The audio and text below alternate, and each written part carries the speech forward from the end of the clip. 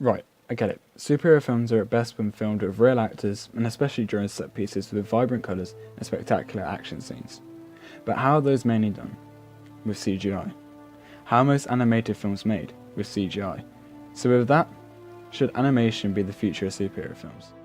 The example I'm going to use here is going to be Sony's latest superhero release, Spider-Man Into the Spider-Verse. I was watching this film for the first time the other day that actually got me thinking this whole idea, I guess. Also, quick side note, the footage that you're going to see in the background from now on is the trailer for the film, or all of the trailers for the film. So if you yet to see it, hopefully there won't be any spoilers, but I mean, who knows. Okay, so this is probably not the best way to start off the argument, but when you compare this to the quote-unquote biggest blockbuster of the year, Infinity War, you met with something, well, that I find at least, kind of shocking. Infinity War was a film that was built up to over 10 years, so you'd think that not only would it have a higher audience rating, but also a higher critics rating, but you'd be wrong. Infinity War's audience rating stands at 91%, while its critics rating stands at 85%. Now compare that to Into the Spider-Verse's 94% rating and 97% critic rating. It really begs the question, what is the way forward? It seems critics are getting tired of live action now that a door to something new has been opened. I genuinely think that if this film gets a sequel, which it undoubtedly will, you'd eventually see a vast difference between the audience's rating for the sequel than you would for the self-proclaimed blockbuster of the year. But I digress. I know that these reviews should only be taken with a pinch of salt, but it seems like in a world where technology is ever developing, then maybe the reviews have an ounce of truth about them. Initially I was going to call this section visuals, but I felt like that was too general, and I felt like it was more fitting to narrow it down. The film's art style is really appealing. This is a comic book movie that looks and feels like a comic. There's even parts of the film where frames are split like a comic book panel. Do films like Infinity War do that? No. Why? Because it takes itself too seriously. Superheroes, in my opinion, were never meant for the real world. They're works of fiction, and that's where Into the Spider-Verse really excels. It doesn't take itself too seriously, and the art style knows that. It takes full advantage of being a comic book film by looking and feeling like a comic book. Not only that, but the art style also reflects Miles' personality, Miles being the main character, and his own art style. What I mean by that is that Miles in the film is somewhat of an aspiring graffiti artist, and the way the world looks, it looks like a piece of graffiti, with vibrant colours in the day, and then contrasted by the striking colour that accents the black at night, almost giving a neo-noir feel to it. And speaking of the world, and I've already kind of mentioned this, it doesn't look real, and doesn't try to either. What I mean by that is that yes, there is a generic New York here, but because the art style is influenced by the idea that this is a story and not real life, it doesn't feel real, and that's okay, that's good. You don't pick up a comic to see if it looks like real life, so why would you expect that from a comic book film? I really do feel like if studios like Marvel or Sony, or even Warner Brothers, want to tell character-driven stories, then the best way of doing so is through animation. Having a cityscape look unrealistic and realistic at the same time, that's essentially what I was saying, and it allows the audience to focus on the characters and the stories. I use the term comparisons, I wouldn't say lightly, but let it be known I'm not using direct comparisons. I'm also using it as a way to back up some of my previous points.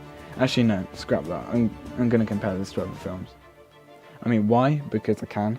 In all seriousness though, I see why it's probably unfair to compare this film to others, like say, Infinity War.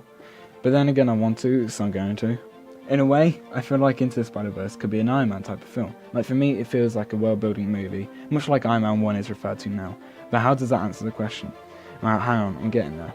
Into the Spider-Verse also feels like Iron Man, because both films were a major risk by the companies. Iron Man was the first major blockbuster that began the Marvel Cinematic Universe, but at the time he wasn't much of a household name. Similarly, Miles Morales isn't much of one either. I mean, when you think of Spider-Man, you think of Peter Parker. That's not the only risk though, it was the first major animated superhero blockbuster. Not if you count the DC ones, but those don't really count in my opinion. Anyway, so now that I've established the fact that they're both world-building movies and both major risks, how does that answer the question? Well, it sets a precedent of what animated superhero films could look like, and also sets the foundation and groundwork for maybe an animated cinematic universe? Maybe I'm clutching at straws, but I don't know. The next film I want to compare it to is Infinity War. I know that I've already kind of mentioned it, but there's so much more I'll have to say.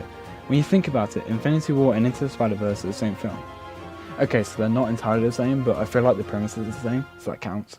Both films follow the same story about a character who you wouldn't really expect to be the titular character, What I mean by that is when you hear Spider-Man, you typically think Peter Parker, as I already mentioned. And when you hear Avengers, you expect a story about the heroes, not the villain. They're also similar in the sense that they're both ensemble films that revolve around the main character. So how then does this relate to the question of the video? Well, personally, I feel like Into Spider-Verse does the ensemble thing far better. Compared to Infinity War, this film uses the ensemble cast to tell the story of the main character, whereas Infinity War uses its ensemble cast to tell several different stories. And it just doesn't work. But what does that have to do with the animation being the future of superhero blockbusters? Sure, that's a narrative aspect of the film. Well, yeah, it is, but it's also kind of this narrative aspect that feels like it works better in animated films. In live action, there's a lot going on, and a lot of the time it hinders the pacing of the narrative. But with animation, you can have so much less going on, but say so much more. I know this video is kind of short, and I could probably say much more, but I'm conscious that I'm eventually going to go off topic. So in answer to the question, what do I think overall? Well, for certain I don't think that they're the future of superhero films. I know that makes this video sound like a waste of time, but what I mean is I feel like if anything, it's a welcomed addition to the ever-expanding media of superheroes. Do I think that it could outdo live action one day? No, probably not, but that's only because I don't think that the same appeal is there. However, I must say the prospect is there, and the future most certainly looks hopeful. Anyway, I hope that you enjoyed this video, and if you did, it would be grateful if you subscribed, gave it a like, and don't comment anything. Bye.